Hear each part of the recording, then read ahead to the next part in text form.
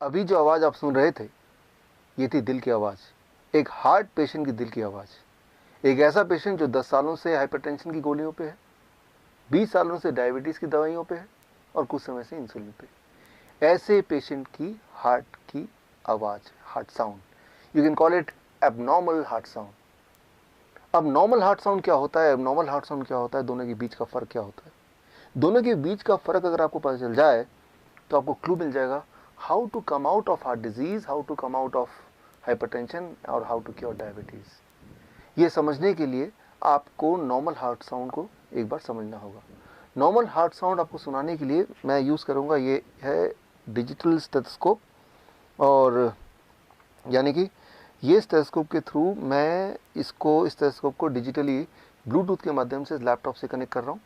और यानी कि इसमें जो आवाज़ आएगी वो आपको भी इस वक्त साथ ही साथ सुनाई देगी। मेरे दिल की धड़कन।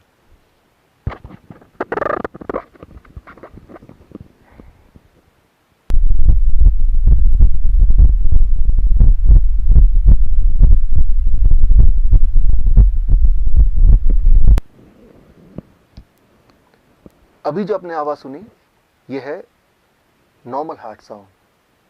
वो जो आवाज़ थी वो थी एबनॉर्मल हार्ट साउंड। ये जो नॉर्मल हार्ट साउंड है, इसमें आपने ध्यान दिया होगा तो आपने सुना होगा लब डब लब डब लब डब। वो जो हार्ट साउंड था उसमें भी था लब डब लब डब लब डब, लेकिन साथ में एक घिसने की आवाज़, एक रगड़ने की आवाज़।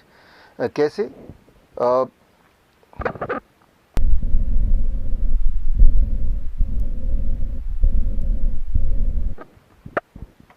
ये जो आपने आवाज़ सुनी रगड़ने की, घिसने की, वो जो आवाज़ है, वो आवाज़ अगर आप एलिमिनेट कर पाएँ, उसको अगर आप एडिट कर पाएँ तो हार्ट डिजीज़ ख़त्म हो सकता है, हाई ब्लड प्रेशर ख़त्म हो सकता है, डायबिटीज़ से छुटकारा पा सकते हैं। लेकिन ये कैसे करें, उसको समझने के लिए आपको एक सवाल का जवाब अंडरस्टैंड करना होगा। सवाल ये लब डब की आवाज़ आती कैसे है, ये आती कहाँ से है? एक्चुअली हमारे बॉडी में वॉल्व्स हैं, वो वॉल्व जब खुलते बंद होते हैं तो उसकी आवाज़ है। एक सवाल मेरा आपसे, हमारे बॉडी में कितने वॉल्व्स हैं?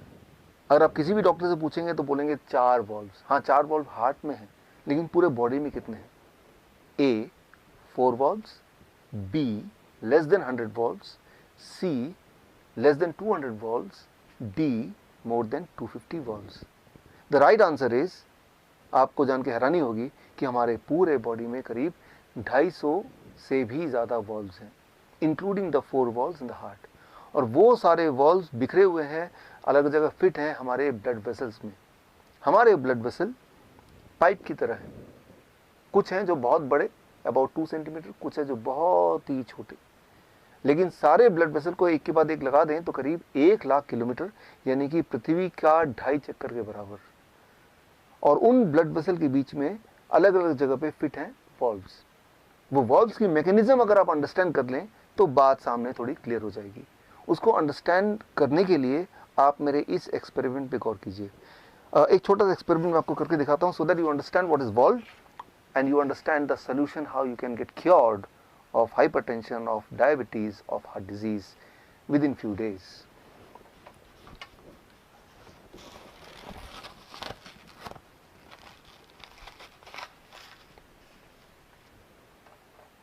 अब एक छोटा सा एक्सपेरिमेंट आपके सामने, to make you understand what are valves and what are their functioning.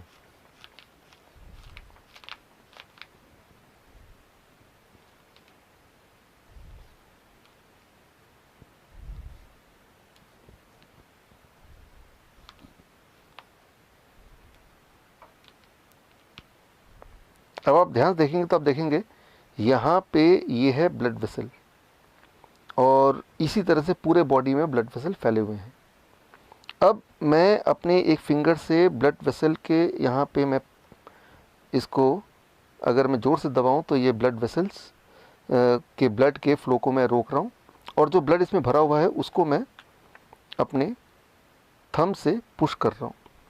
मैंने इसको पुश कर दिया अब पुश करने के बाद अगर मैं थंब हटा लेता हूँ तो ये ब्लड वापस नहीं आया। ये ब्लड वापस क्यों नहीं आया? क्योंकि यहाँ पे एक वॉल्व है, वो वॉल्व रोक रहा है ब्लड को वापस आने से। इसका मतलब वो वॉल्व अपना काम ठीक से कर रहा है। सो अब मैंने यहाँ से ये हटा दिया। अब धीरे धीरे ब्लड यहाँ से दोबारा, आप देखेंगे दोबारा से ये फ्लो होने लगा। This is called a normal functioning of valve. लेकिन कुछ पेशेंट्स में, कुछ केसेस में वॉल्व अपना काम ठीक से नहीं करती, यानी कि वॉल्व ब्लड को अपोजिट डायरेक्शन में फ्लो करने से रोक नहीं पाती ठीक से, जिसे कहते हैं वॉल्व रीगर्जिटेशन। और ऐसे में आती है सारी परेशानियां। इसको ज़रा समझें। हमारा जो ब्लड वेसल है उसमें ब्लड फ्लो होता है, जिसके माध्यम से ऑक्सीजन फ्लो होता है, जिसमें शुगर फ्लो होता है, कोलेस्ट्रॉल फ्लो होता है, कैल्शियम फ्लो होता है, मिनरल्स एंड विटामिन फ्लो होते हैं, वेस्ट मटेरियल फ्लो होते हैं, इम्यूनिटी फ्लो होती है, पूरे हमारे बॉडी का ट्रांसपोर्टेशन सिस्टम। और कुछ लोगों के केस में उस ट्रांसपोर्टेशन सिस्टम में, यानी कि ब्लड वेसल में, कहीं कहीं गड्ढे होने लगते हैं, और जिसकी वजह से शुगर का फ्लो ब्लड में ठीक से नहीं हो पाता, शुगर ब्लड में ही ठहरा रहता है। और तब अगर वो ब्लड आप लेते हैं, ग्लूकोमीटर में डालते हैं, तो हाई ब्लड शुगर दिखाता है। या फिर कुछ केसेस में वो गड्ढों में कोलेस्ट्रॉल जम जाते हैं, कैल्शियम जम जाता है, जो ब्लॉकेज बन जाता है।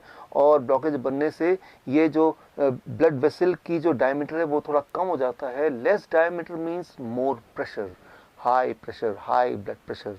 और आप हाई ब्लड प्रेशर की दवाइयाँ लेते हैं, वो दवाइयाँ इन गड्ढों को ठीक नहीं करता, उन ब्लॉकेज को नहीं छेड़ता।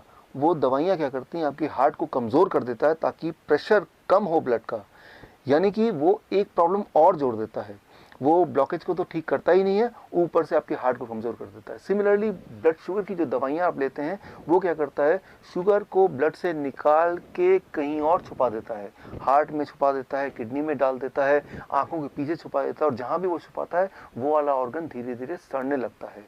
इसीलिए वो पेशेंट जो हाई ब्लड शुगर के पेशेंट है, जो डायबिटीज़ की गोलियाँ कई कई साल तक लेते हैं, वो अंधे हो जाते हैं, उनका हार्ट काम करना बंद कर देता है, उनका किडनी फेल होने लगता है, उनके एम्पुटेशन होना मजबूरी हो जाती है, क्योंकि वो पार्ट सड़ जाता है, सड़ने लगता है। यूँ मानो कि आपका घर है और आप झाड़ू लगा रहे हैं, और जो कचरा है वो डस्टबिन में ना डाल के, उसको बाहर ना फेंक के, आपने उसको बेड के नीचे छुपा दिया, आपने उसको अलमीरा के अंदर छुपा दिया।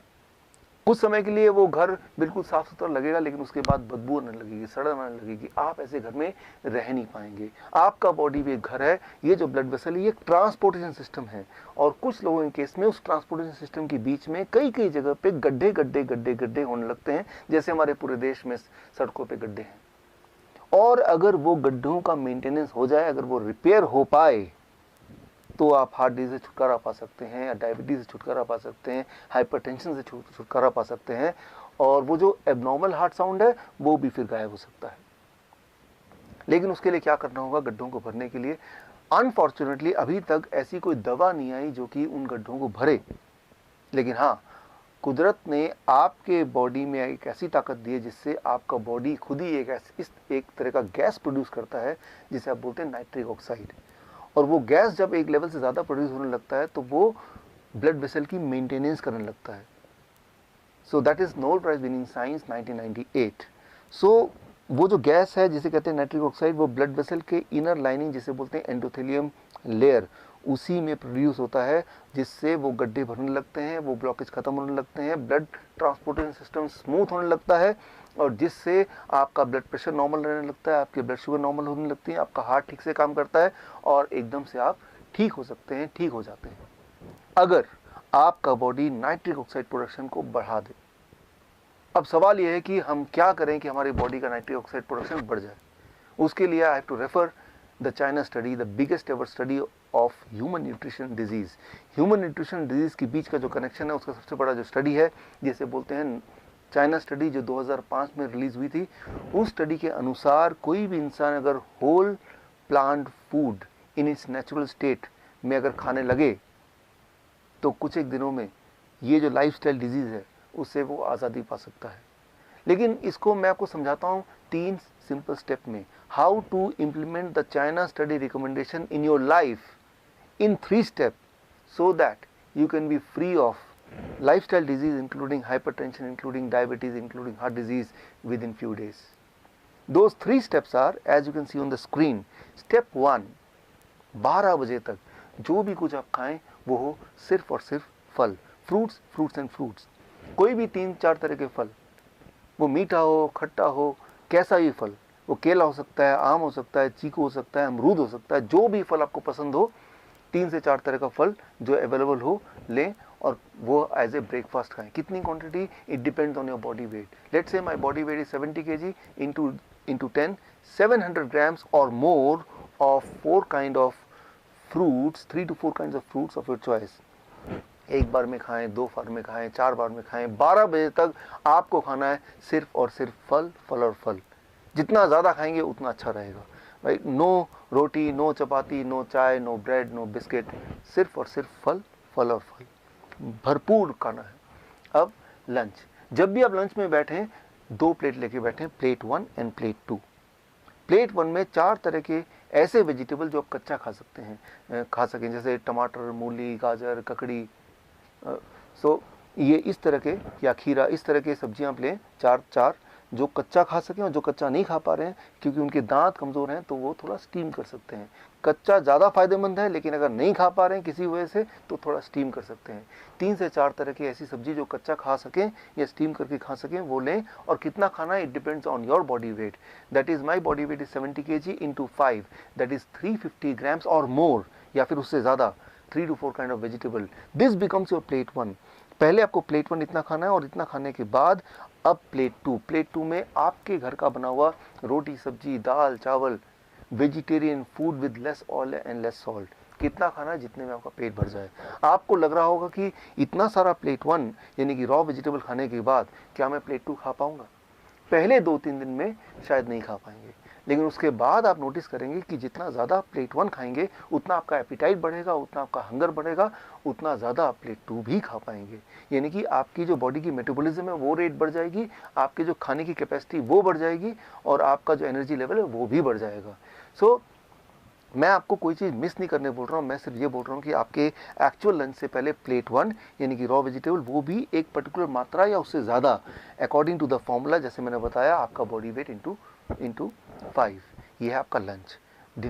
डिनर का सिर्फ 2 रूल हैं। पहला रूल कि डिनर हमेशा 7 बजे से पहले फिनिश करने की कोशिश कीजिए, और दूसरा रूल, डिनर में भी आपको वही करना है जो मैंने आपको लंच में बताया, वो है प्लेट 1 एंड प्लेट 2।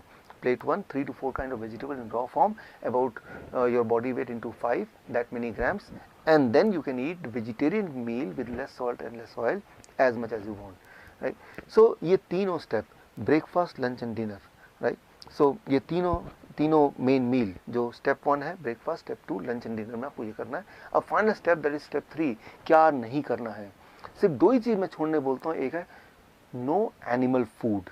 कोई भी ऐसा फूड जो एनिमल से आता हो उसको आपको नहीं लेना है, जैसे दूध, दही, मक्खन या लस्सी या अंडा या चिकन या फिश, इनको आपको नहीं लेना है, बिल्कुल ज़ीरो कर देना है। एंड नंबर 2, कोई भी ऐसा चीज़ जो पैक्ड फॉर्म में हो या रिफाइंड फॉर्म में हो या डब्बे में हो, जैसे बिस्किट या ब्रेड या रस्क या नमकीन, इन चीज़ों को आपको नहीं लेना है। ये सिर्फ 2 चीज़ छोड़नी है। और हाँ, एक चीज़ और जोड़ लीजिए, रोज़ अपने बॉडी को करीब 40 मिनट सनशाइन दिखाइए। 30 से 40 minute you expose your body to sunshine, that becomes your step 3।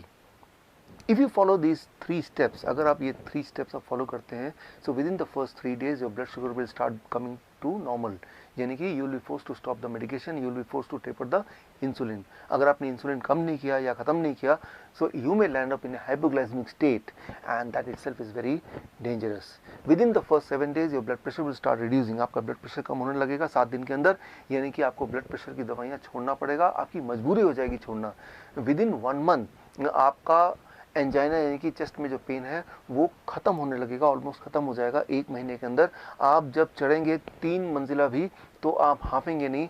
पहले 3 बार रुकना पड़ता था, तो आपको 1 बार भी रुकना नहीं पड़ेगा। और हाँ, वो जो हार्ट साउंड था, एबनॉर्मल हार्ट साउंड, वो घिसटने वाली साउंड, वो भी अब नहीं आएगी, वो भी अगर आप स्टेथोस्कोप से सुनेंगे वो भी नहीं होगा, वो गायब हो जाएगा। सो that will happen within the first 1 month.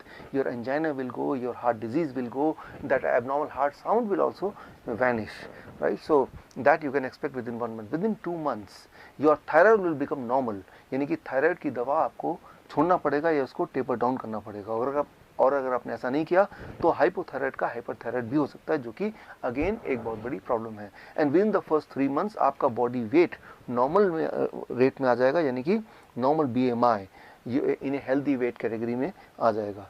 And this all will happen with in the first 3 months of following this diet in these 3 steps. कई बार मेरे पास पेशेंट आते हैं, वो बोलते हैं डॉक्टर साहब मैंने आपकी रिकमेंडेशन को फॉलो किया और 3 महीने के अंदर मेरा ब्लड शुगर, मेरा ब्लड प्रेशर, मेरी हार्ट डिजीज़, बॉडी वेट हर एक में फ़ायदा हो गया, अब मुझे इस डाइट पे कब तक रहना है। मैं उनको एक ही उदाहरण देता हूँ, और वो उदाहरण ये कि मान लो कोई आदमी आपके पास आता है पूरी तरह से कीचड़ से लथपथ, आपको बोलता है कि मुझे साफ़ होना है, मुझे क्या करना है। आप बोलेंगे जाइए जाके नहा लीजिए। वो नहा के साफ़ सुथरा होकर आता है, बोलता है कि मुझे कब तक नहाना है। अरे भाई, जब तक आपको साफ रहना है, यानी कि जीवन में हर दिन। सिमिलरली आपका जो ब्लड वेसल है वो रोज़ ही टॉक्सिन उसमें भर जाते हैं, जम जाते हैं, और रोज़ ही उसकी मेंटेनेंस होने की आवश्यकता होती है। यानी कि रोज़ ही आपके बॉडी में नाइट्रिक ऑक्साइड का एनफ मात्रा में प्रोडक्शन होना बहुत आवश्यक है, और वो तभी हो सकता है जब ये डाइट आप लगभग रोज़ फॉलो करें। हाँ, एक छूट मैं आपको दे सकता हूँ, दैट इज़ चीटिंग डाइट। हफ्ते में एक दिन आप कभी पार्टी में जाते हैं, कभी पिकनिक में जाते हैं, कभी कोई बर्थडे एक्सेट्रा में जाते हैं, तो एक दिन के लिए you can enjoy the flexibility, you can ignore these rules and you can eat whatever luxury food you want to eat। लेकिन वो सिर्फ हफ्ते में एक दिन, वो अभी नहीं, आज से 3 महीने तक ये डाइट फॉलो करने के बाद जब पूरी तरह से आप बीमारी से आज़ाद हो जाएंगे, दवाइयों से आज़ादी मिल जाएगी, तब हफ्ते में एक बार you can go for a cheating diet. यानी कि मैं ये बोलना चाह रहा हूँ कि you are enjoying the social celebration also and you are enjoying the good health also। ये डाइट अगर आप फॉलो करेंगे तो आप बीमार पड़ नहीं सकते, और जो बीमार हैं वो बीमार रह नहीं सकते। This is doctor Vishwaroop Roy Chowdhury. All the best. Jai Hind. Thank you.